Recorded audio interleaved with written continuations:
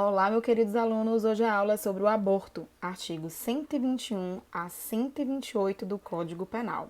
Quando falamos de aborto, nós estamos falando de quê? Qual o bem jurídico tutelado em relação ao aborto?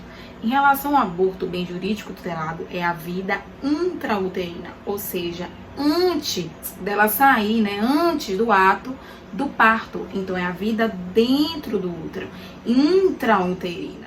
Gente, é assim. Então, eu vou questionar para vocês. Quando é que se inicia, quando é que se considera o começo da gravidez? Porque para a gente estudar o crime de aborto, a gente tem que saber quando é que se inicia o começo da gravidez. Pelas pesquisas, que a gente começa a analisar em relação à medicina, a gravidez humana, ela começa de 6 a 12 dias após a fecundação. De 6 a 12 dias após a fecundação, pois é nesse período que o óvulo se prende à parede do útero. Então, nesse período, já começa a ter o quê? A fecundação. É nesse período. Então, gente, Aníbal Bruno, por exemplo, analisando em relação à fundamentação teórica, ele preleciona desse jeito. Segundo, ele se admite geralmente que provocar aborto é interromper o processo fisiológico da gestação com a consequente morte do feto. Então, tem se admitido muitas vezes o aborto ou uma expulsão prematura do feto. Então, isso que seria o aborto, uma expulsão prematura do feto. Mas quando é que se inicia a proteção à vida intrauterina? A gente não está estudando agora nenhum artigo específico, a gente está estudando a parte geral. Então, qual é a proteção? Em que momento começa a proteção da vida uterina? Nesse caso, gente, como a gente viu, que eu relatei inicialmente, a gente está protegendo aqui o óvulo fecundado pelo espermatozoide. Para o direito penal, a gente considera isso num período de que ocorre depois de 14 dias da fecundação. Porque o direito penal, ele se preocupa, ele dá relevância ao período da anidação. Então, a proteção em relação a essa vida intrauterina se inicia a partir dos 14 dias da fecundação, que é no período da anidação. Esse é o momento que, a partir daí, se a gestante iniciar um processo de expulsão da vida intrauterina, ela estará cometendo o crime de aborto. Então, se liga nessa dica. Professora, então se eu utilizo o DIU, eu posso estar cometendo um crime de aborto? Será, gente? A pessoa que utiliza o DIU, ela estará cometendo o crime de aborto? E aí? Não, porque o DIU, na verdade, gente, a gente dá uma lidinha, o DIU, ele não impede a concepção, mas não consegue, ele não entra no período de inidação. Esse embrião, ele não entra por causa do DIU no período de inidação. É por isso que o direito penal, ele entra na tutela a partir do 14º dia, que é no período da anidação. Senão, nós mulheres que fizéssemos, que não quiséssemos, fizemos as escolhas de não querer engravidar, que utilizássemos DIU, pílulas contraceptivas, estariam o tempo inteiro cometendo o crime de aborto. E não é assim que acontece.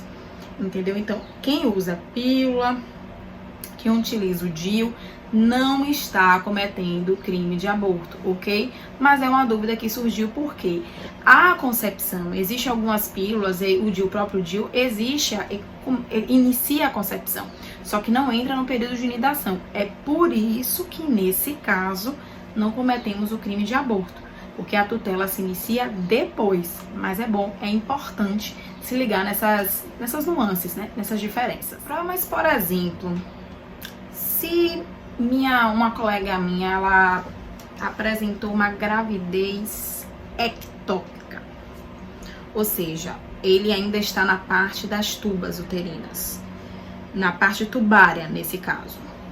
Me diga uma coisa, se ela faz, porque o embrião, ele começa a se desenvolver fora do útero, ela estaria cometendo o crime de aborto, gente? E aí, me responda aí, será que ela estaria cometendo o crime de aborto? Gente, nesse caso, não.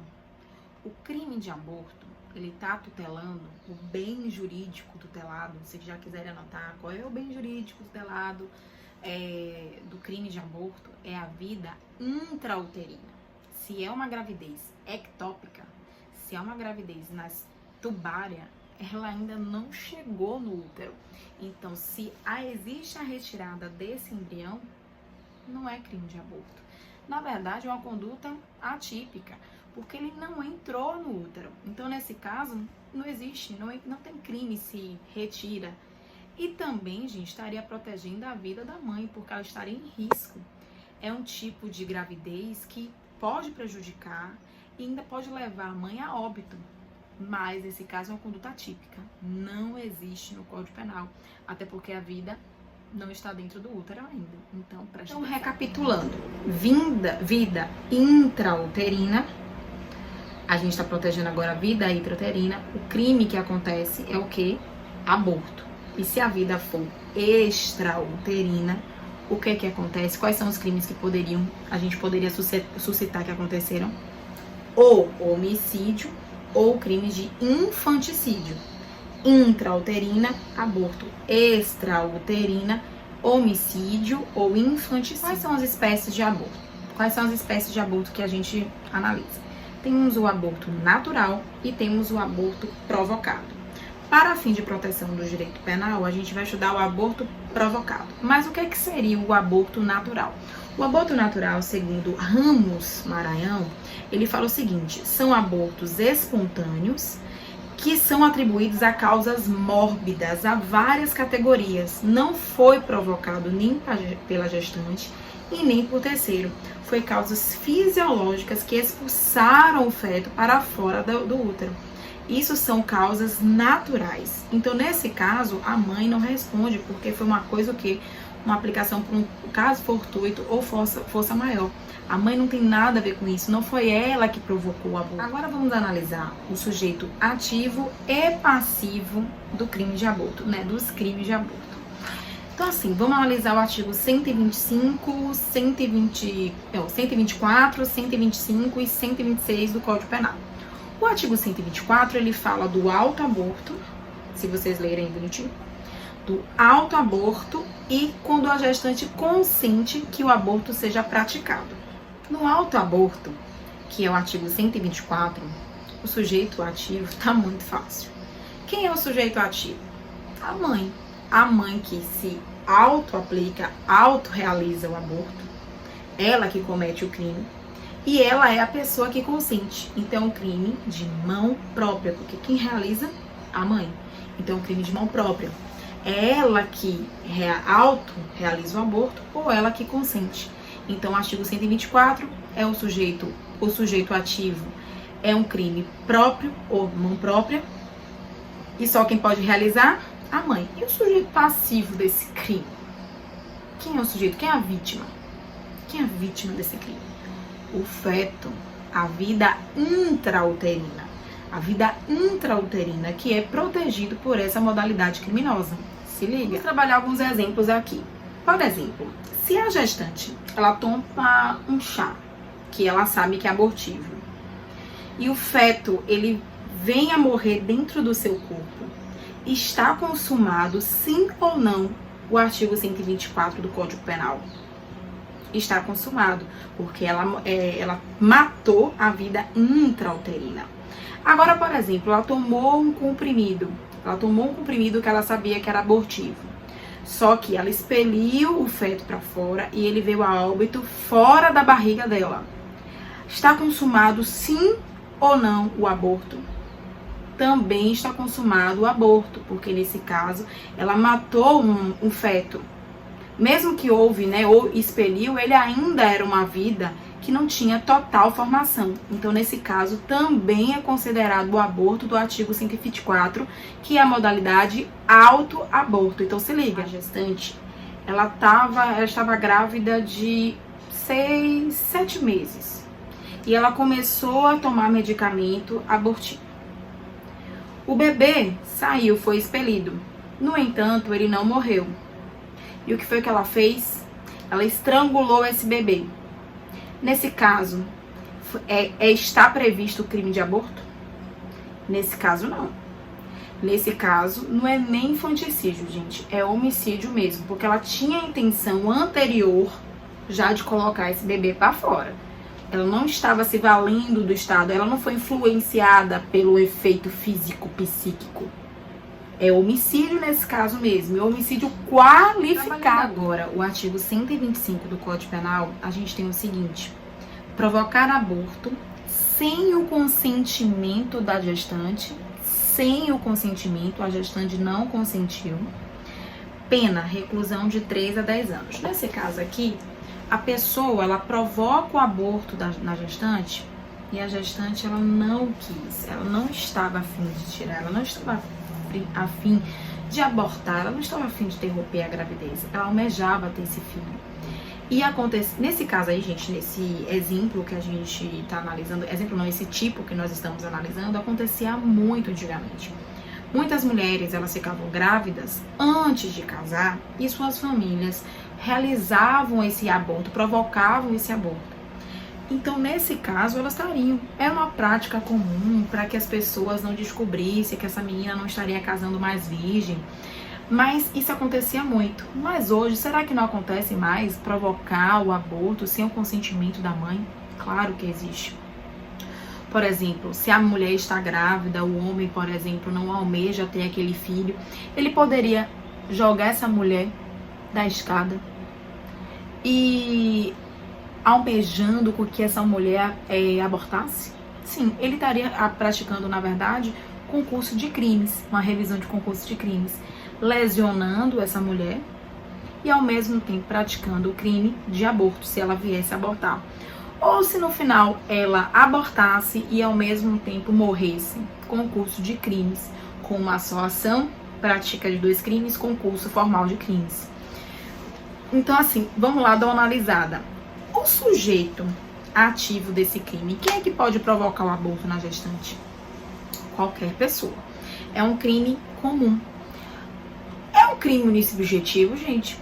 Nesse caso é um crime unissubjetivo. Ele pode ser praticado tanto por uma pessoa como por 2 ou mais pessoas.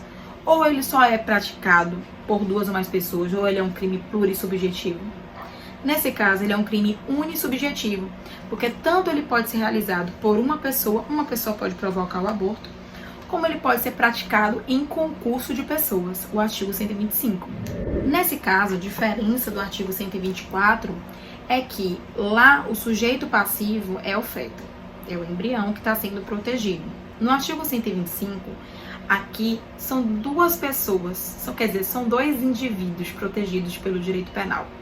Tanto o feto como a gestante, porque ele está praticando o aborto sem o consentimento da gestante. Então, no artigo 125, o sujeito passivo é o feto, tanto o feto como também a gestante, que é importante de vocês perceberem isso, porque é muito importante. Já o artigo 126, nós estamos trabalhando com o aborto provocado por terceiro, mas nesse caso com o consentimento da gestante, que diz o seguinte: provocar aborto com o consentimento da gestante, reclusão de 1 a 4 anos.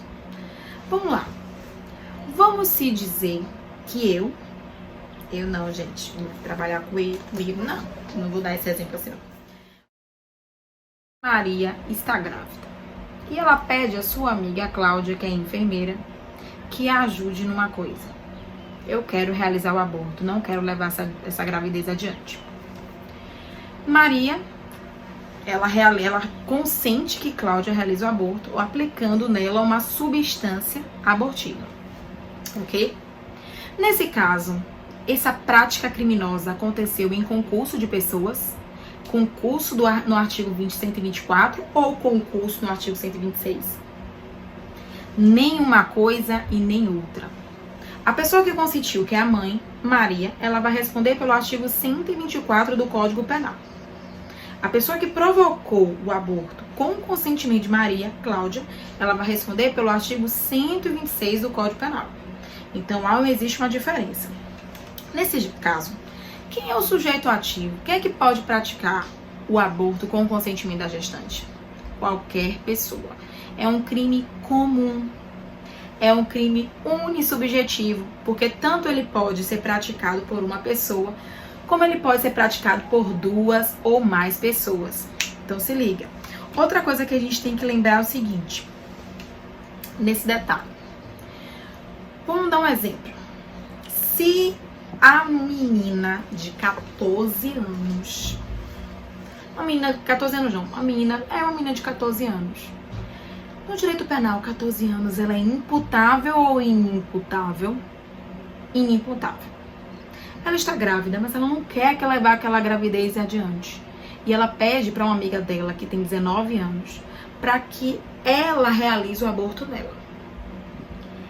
Nesse caso, o aborto que essa amiga que é mais velha, ela vai responder por que crime? Ela vai responder, gente, pelo artigo 125. Porque o consentimento da gestante, o consentimento de inimputável, ele é irrelevante. Se uma menina está grávida, ela é menor de idade, ela é inimputável, o consentimento dela é irrelevante. Então, nesse caso, a amiga que realizou o aborto vai responder pelo artigo 125, ou seja, sem consentimento. Mesmo que tenha um consentimento, o consentimento, nesse caso, é irrelevante. Você está trabalhando com uma menor, ela é menor de idade, gente, nesse caso. Vamos analisar aqui as causas de aumento de pena, como a gente fala, a qualificadora dos crimes de aborto. O artigo 127 fala o seguinte: as penas combinadas nos dois artigos anteriores, que é o artigo 125, que é o aborto sem o consentimento da gestante, e o 126 com o consentimento da gestante, elas serão aumentadas de 1/3 em consequência do aborto ou dos meios provocados. A gestante sofre lesão de natureza grave, ou seja, a gestante, por causa desse aborto praticado, ela perdeu o útero, por exemplo, ou se ela veio a óbito. Nesse caso assim, gente, é o seguinte: se ela, por causa dos meios empregados do aborto, no ato do bebê sair, foi constatada que ela morreu por causa do aborto, aí vai acontecer isso aqui. Vai duplicar a pena ou vai aumentar, cadê aqui? Aumentar de 1/3, aumentar até 1/3, né? Nesse caso for lesão. Mas me diga uma coisa: se eu derrubei a pessoa na escada e ela quebrou o pescoço, aí ela abortou, nesse caso vai entrar isso aqui? Não, vai ser concurso formal de crimes. Aborto sem o consentimento da gestante e, ao mesmo tempo, o homicídio. Então, gente, se liga, porque tem que entender o seguinte: qual foi a causa? Foi o aborto? Foi o ato de expelir o bebê que fez com que ela morresse, uma infecção? Ou foi um outro motivo? Então, vamos lá. O aborto é um crime material com resultado naturalístico e pelo artigo 158 do CPP, não tem nada a ver com uma aula de aborto, mas apenas para a gente complementar, ele é um crime que precisa necessariamente de perícia, porque ele deixa vestígios. Então, quando a infração deixar vestígios, será indispensável o exame de corpo de delito, direto ou indireto, não podendo suprir a confissão do acusado. Não adianta apenas dizer: eu pratiquei o aborto em fulana. Tem que fazer a perícia para constatar como foi praticado esse ato. Entendeu? Então, por ser um crime material com resultado naturalístico, necessita de perícia. A ação penal nos crimes de aborto é uma ação penal pública. O senhor da ação é o Ministério Público e a competência para julgamento dessa modalidade criminosa é do Tribunal do Júri. Agora a gente vai estudar o que é o aborto legal, ou aborto permitido, como a gente fala, né? O aborto legal, ele está no artigo 128 do Código Penal. O artigo 128 é o seguinte: não se pune o aborto praticado por médico. Ó, gente, é por médico, viu, gata?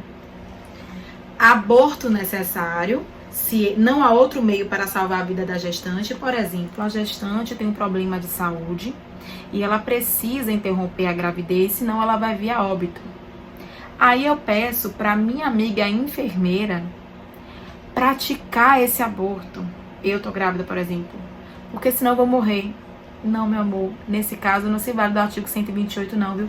Porque quem tem que praticar isso aqui é apenas o médico, entendeu?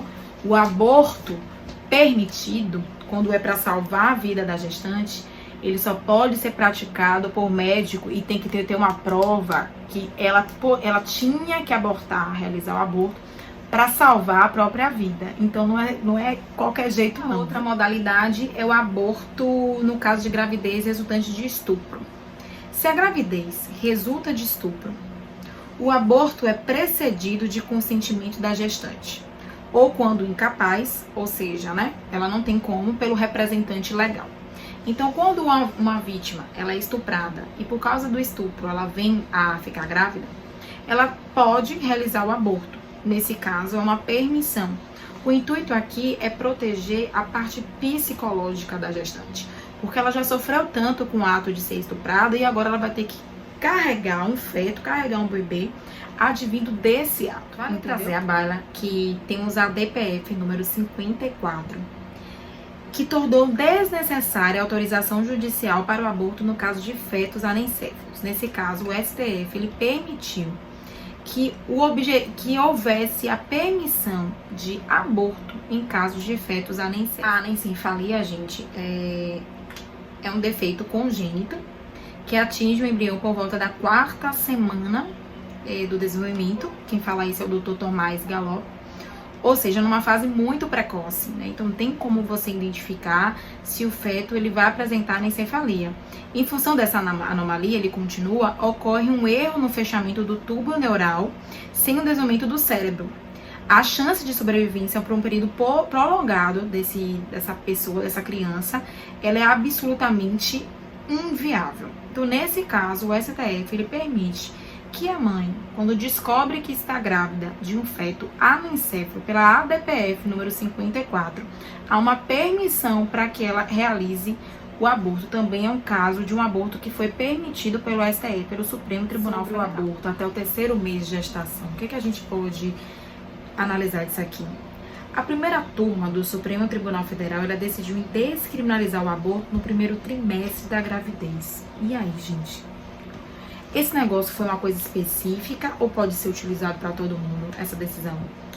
3 ministros, eles voltaram, foram de 3 dos 5 ministros, eles voltaram em relação à interrupção da gravidez até o 3º mês, não se configurariam crimes. Quem foram esses ministros? Luiz Roberto Barroso, Rosa Weber e Edson Fachin. Nesse caso, essa decisão vale para todo mundo? Não. A decisão ela foi sobre um caso que ocorreu no município de Duque de Caxias, entendo, no Rio de Janeiro. E ela trata-se de um habeas corpus que revogou a prisão de 5 pessoas que trabalhavam em uma clínica clandestina. Só que nesse caso, abriu ou não abriu precedente? Nesse caso, gente, eu quero que vocês respondam aí nos comentários. Eu quero que vocês, meus alunos da graduação, quem tá assistindo, que não são os meus alunos da graduação, deixa os comentários aí embaixo. Mas os meus alunos da graduação, eu quero que vocês pensem. Nesse caso, o que é que vai acontecer com esse precedente? Permitiu ou não permitiu o aborto até o 3º mês da gravidez?